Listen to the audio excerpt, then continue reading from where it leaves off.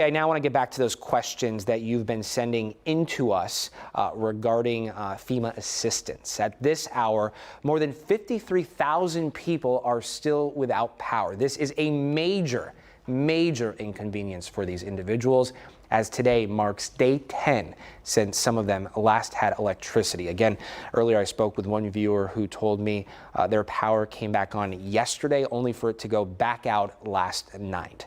Rebecca Kelly, a media relations specialist with FEMA, is joining us right now to answer some of the questions we received from you. Rebecca, first I want to say thank you so much for your time this morning. We do appreciate it. Thank you so much for having us. It's very important information that we have for the community in order to get them on the road to recovery. Yeah. We appreciate so much having this opportunity. Yeah, and as you might imagine, we are overwhelmed with the number of questions coming in from our community, and so we're hoping to get more answers. I want to start by asking, what are some common reasons for a FEMA ineligibility decision to be handed down? Sure. Well, first of all, FEMA must verify an applicant's eligibility and citizenship.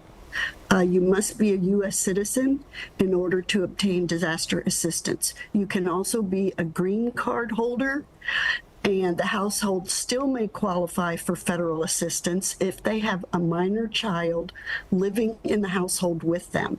The parent or legal guardian may apply as a co-applicant, and the minor child must be under the age of 18. Interesting. Along with that, eligibility is we must be able to verify the damage to your home or your property, and we must be able to identify any of the other applicants' requests for assistance. After you have applied for assistance, your request is reviewed to determine if an inspection is needed to verify the disaster. And once your application has been reviewed by a specialist, then we will let you know whether you have been approved for assistance, how much assistance you will receive, how the assistance must be used, and how to appeal the FEMA decision if you do not agree.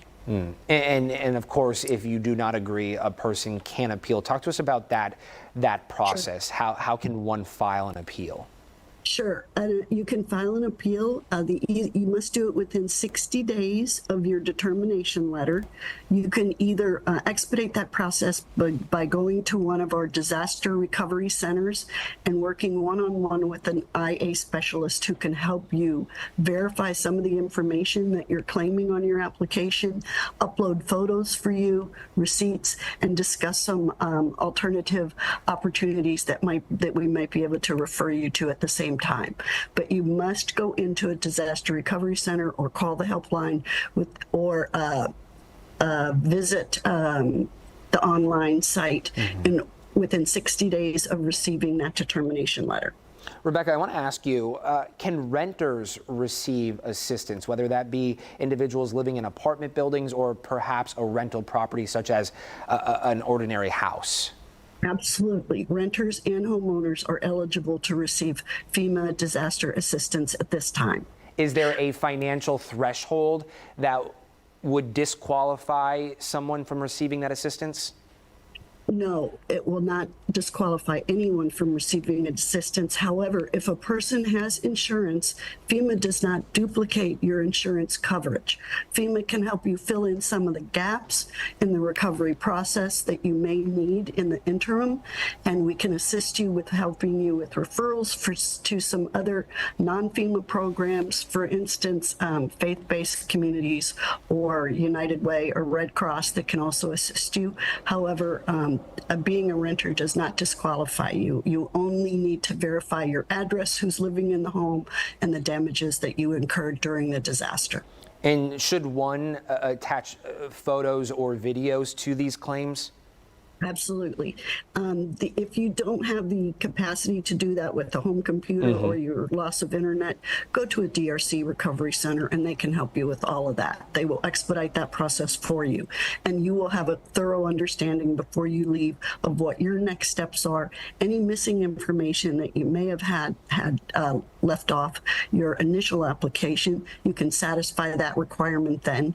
ensure that all the information you provided, along with address, phone, social security number, is all verified and is accurate on your application. Oftentimes, some of that information has been missed. Rebecca, I have one more question. We are running out of time, but I wanted to ask you. Sure. One viewer wrote, I tried to submit the application for FEMA, but unfortunately it got rejected within seconds. There's no reason mentioned in the rejection notice. Will FEMA give a reason, and what should this person do at this point?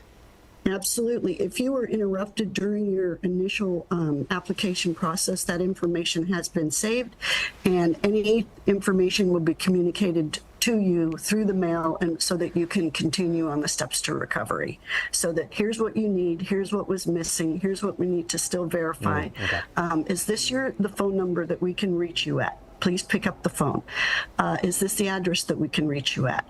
An inspector will call you, or an IA specialist will call you in order to go over that letter and that communication and anything you've received, should you still have questions. Okay. Rebecca Kelly, thank you so much for your time this morning